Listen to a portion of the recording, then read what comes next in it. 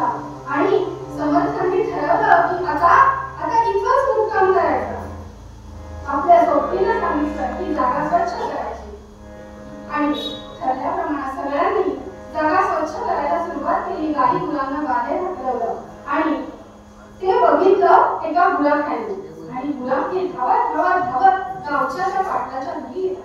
पाटलाने सांगितलं, अहो आपल्या गावात कोणीतरी बैरागी आले आणि ते देवळामध्ये साफसफाई करतायत. ते बघितलं आणि हे ऐकलं मात्र पाटलांनी आणि ते खुंटीवरचं पागोटं डोक्यावर हलवलं आणि अनेक जे होते त्यांना हे सगळ्या लोकांना बरोबर घेतलं. गावातील लोक त्यांना बरोबर घेऊन पाटील निघाले आणि देवळामध्ये आले. मात्र देवळात आल्यानंतर बघितलं तर समोर भव्य दिव्य तेजस्वी मूर्ती आणि समर्थांचं रूप होते.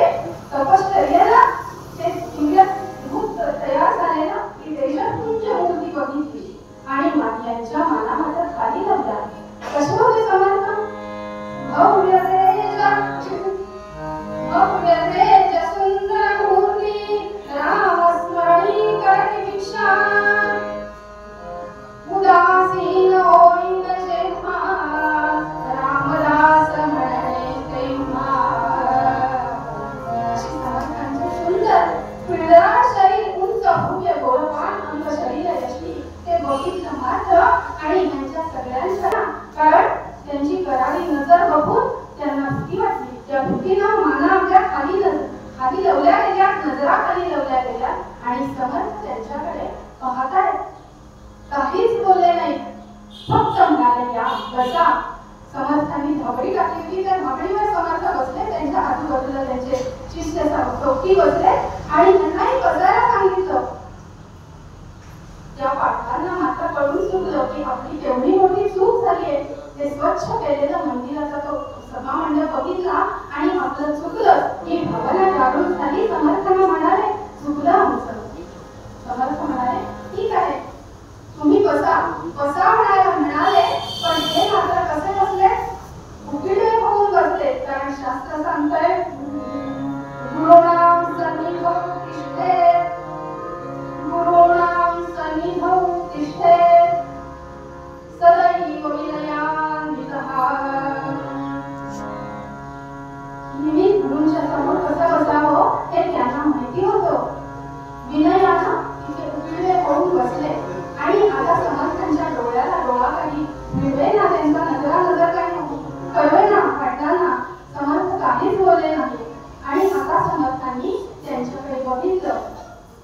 मंदिराचं बांधकाम करायला सुरुवात करतो. समर्थ म्हणाले, नाही आता तुम्ही काहीच करायचं नाही, करणार आहोत आम्ही. कारण उद्यापासून आम्ही इथे राहणार. मागून ज्या वरकळीतून जो जे धन येईल त्यातून हे या मंदिराचं काम सुरू होईल.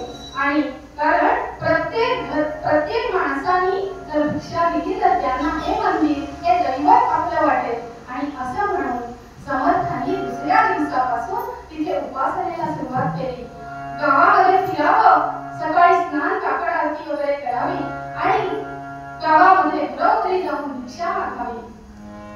मनाचे श्लोक म्हणावे, सगळ्यांना मनाचे श्लोक शिकवावे लहान मुलांना आणि रोज दुपारच्या वेळेला भिक्षा मागावी.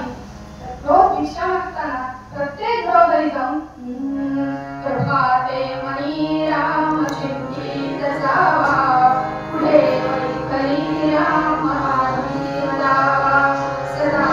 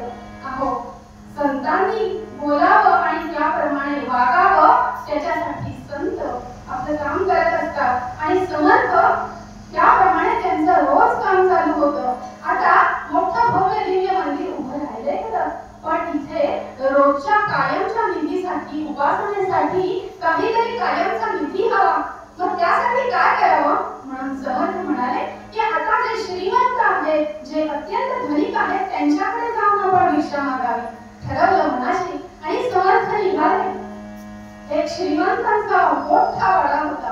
त्या वाड्यासमोर समर्थ येऊन उभे राहिले. कोणाचा वाडा होता तो वाडा? काळे उपनाम जया, काळे उपनाम जया, कोतावती लोभी मामलेदार, कोतावती लोभी मामलेदार, जमवणी माया सारी, बुडवी करीत विषय संसार. असा अत्यंत लोभी मामलेदार तिथे होता. त्याचा तो वाडा होता आणि तिथे जाऊन समर्थ म्हणाले, जय जय रघुवीर समर्थ, जय जय रघुवीर समर्थ, जय जय रघुवीर समर्थ. समर्थांनी मोठ्यांना गर्जना केली तरी आतमध्ये मामलेदार नव्हते. मामलेदारी बाई होत्या. त्या मामलेदारी बाई बाहेर आल्या आणि बघितलं. त्यांनी हाकलून दिलं, इथून जा जा जा जा म्हणून हाकलून दिलं. काहीच दिलं नाही. कारण या मामलेदारीबाई या मामलेदारांसारख्याच वृत्ती तशीच होती. कशी होती? काही घरामध्ये कुळधर्म नाही, देवधर्म नाही, कुळाचार नाही. अहो साधा अतिथी घरात आलेला याला सुद्धा काही भिक्षा करायची नाही अशी अत्यंत कृपण वृत्तीच्या या सतीबाई नाव होतं. आणि रोज समर्थांनी तिथे जावं आणि रोज तिथे गर्जना करावी. दुसऱ्या दिवशी पण समर्थ गेले. जय जय रघुवीर समर्थ, जय जय रघुवीर समर्थ, जय जय रघुवीर समर्थ. पुन्हा मामलेदारी बाहेर आल्या. पण त्यांनी हाकलून द्यायचा प्रयत्न केला. पण समर्थांच्या डोळ्यात, समर्थांच्या मुखावर अतिशय शांतता होती. समर्थ अजिबात चिडलेले नव्हते. कशी होती ही या मामलेदारीबाईंची अवस्था? आणि हा मामलेदाराचं घर अत्यंत कृपण अवस्थेत. लोलूप भावितो सदा, लोलूप भावितो सदा, गजा गजा नारायणी, लोलूप भावितो सदा, गजा गजा नारायणी, संसार गजाचा निज देवता पाठी, संसार गजाचा निज देवता पाठी.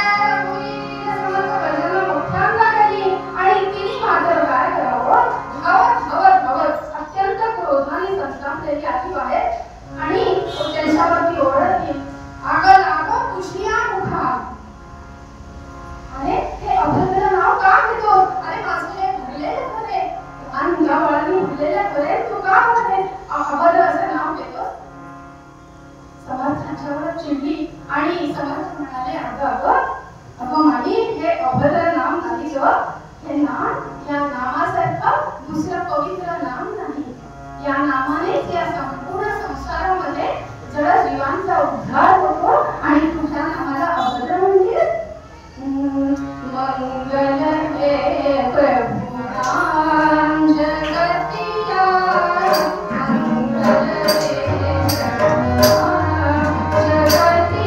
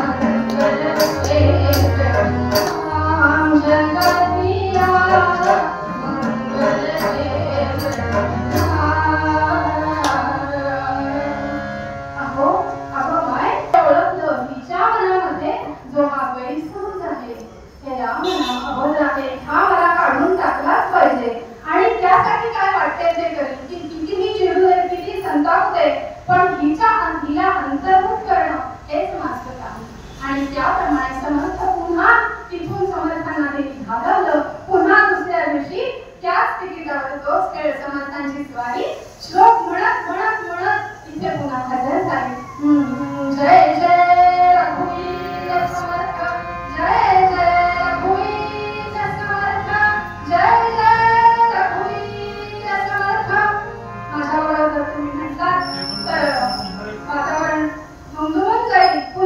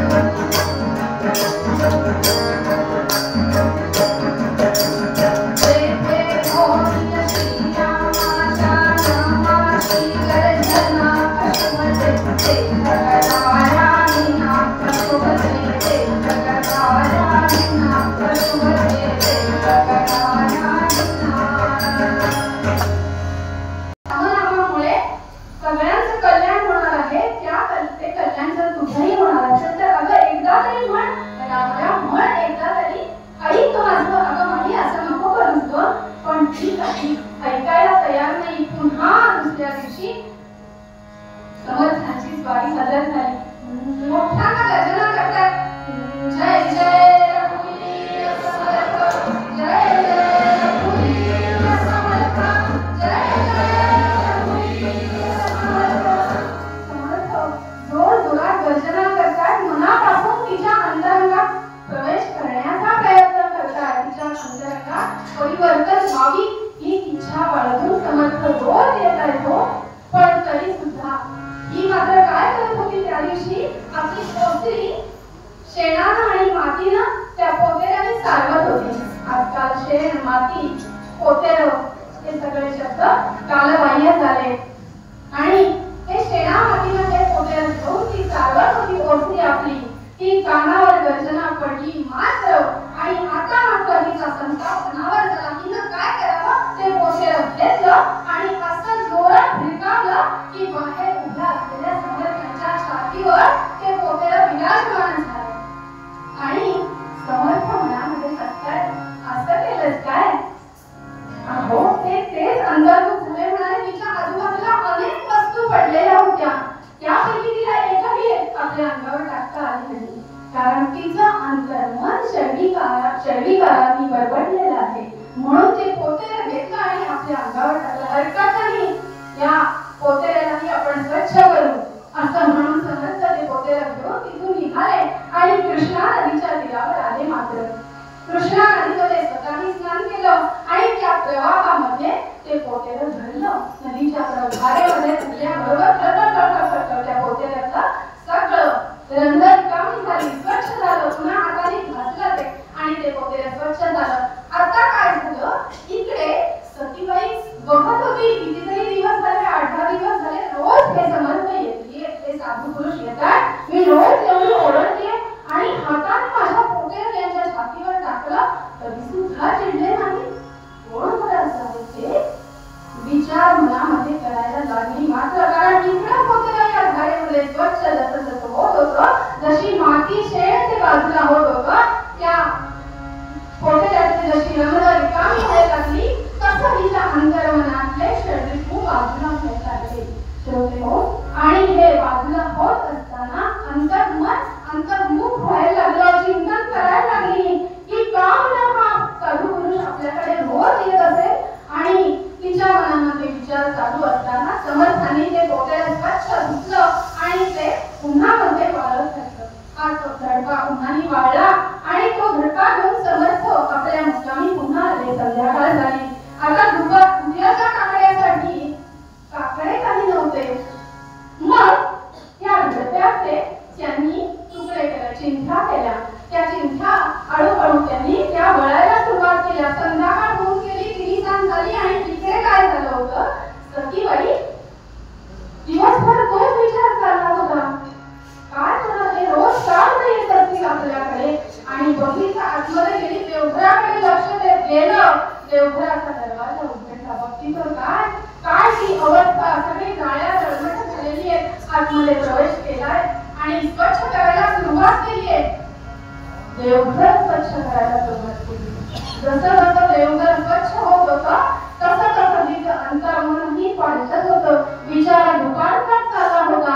इकडे समर्थ ते काकड्यासाठी ते वस्त्र जे होतं धडकावत होता, त्याच्या चिंध्या कापल्या, त्या हाताने वळत होते. काकडे वळून ते तुपामध्ये भिजत घातले होते. आणि हिला अंतर्मनामध्ये स्नेहाचा पाझर फुटायला लागला. माझं काहीतरी चुकलंय, मी देवाचे कितीतरी दिवस झाले मी पूजा करीत नाही, कुंभकर्णी आलेल्या अतिथीला सुद्धा मी काळजी देत नाही. हे सगळं मनामध्ये विचार चालू होते. आणि इकडे समर्थांनी ते सगळे काकडे होते ते भिजवत ठेवलेले होते. आणि आता मात्र हिला राहावतच नव्हतं की आता कधी ते साधू पुरुष येतील, त्यांची मी क्षमा मागेन, माझं चुकलं म्हणून सांगेन. भेटती माझं गुरुला, भेटती माझं गुरुला,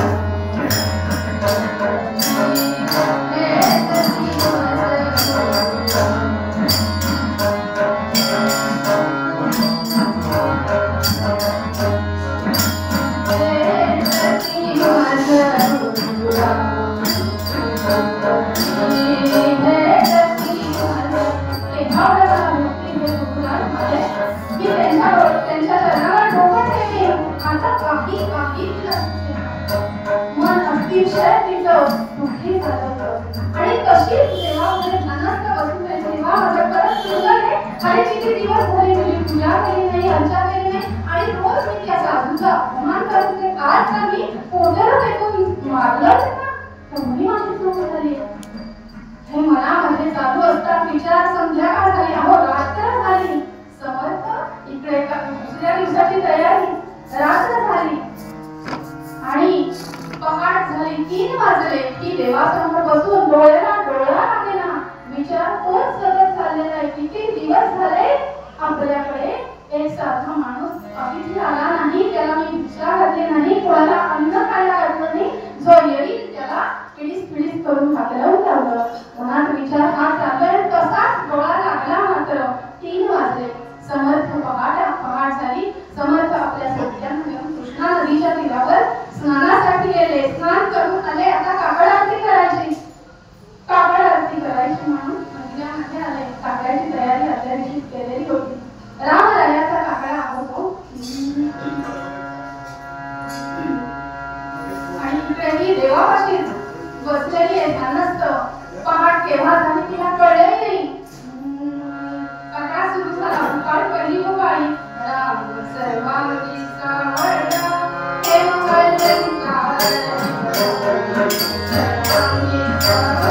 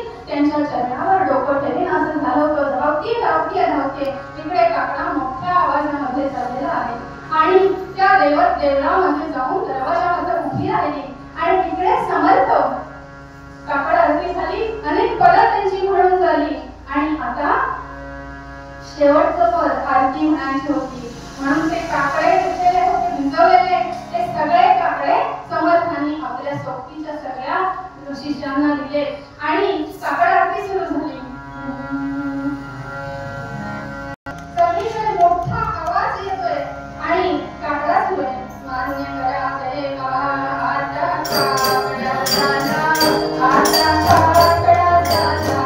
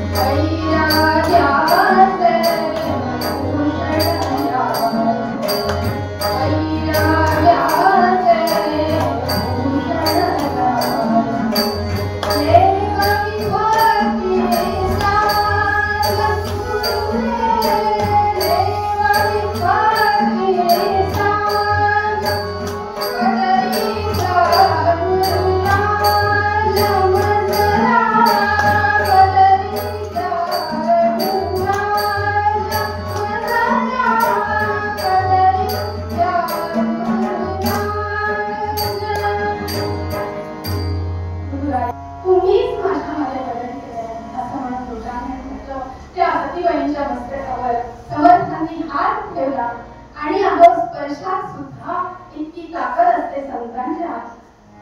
संपूर्ण शरीरामधून एक वीज चमकल्यासारखी लहर चमकून गेली आणि सतीबाईंमध्ये अत्यंत बारड झाला.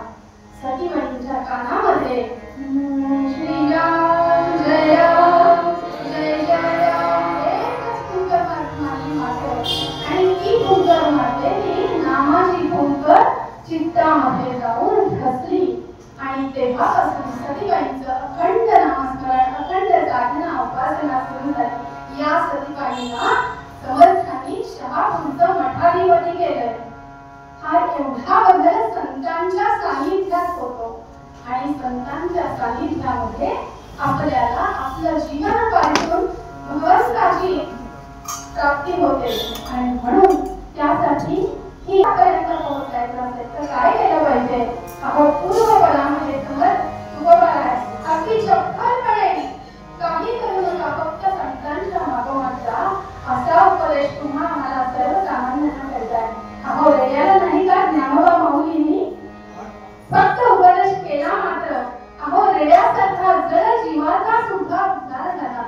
अनेक रेडे आहेत, अनेक प्राणी मात्र आहेत, पण रेड्याची समाधी आळेफाट्याला आहे आणि त्या रेड्याचा उद्धार झाला. अहो अचेतन असलेली भिंत त्या भिंतीवर प्रत्यक्ष माऊलींनी फक्त म्हणाले अगं चल म्हणाले आणि चांगदेवांच्या भेटीसाठी ती भिंत आकाशातून तरंगू लागली. म्हणजे अचेतन असलेल्या भिंतीला सुद्धा उद्धार होतो, जड जीवांचा अचेतन असलेल्या वस्तूंचा उद्धार होतो. मग तुम्ही आम्ही सर्वसामान्य सकल जणांचा होणार नाही का? होणार, नक्कीच होणार. हाच उपदेश हाच विचार घेऊन आपण आज घरी जाऊया. आज मनामध्ये विचार रुजवायचा आहे आणि जे तुकाराम महाराज सांगतात त्याचा पुन्हा त्या अभंगाचा अर्थ करूया.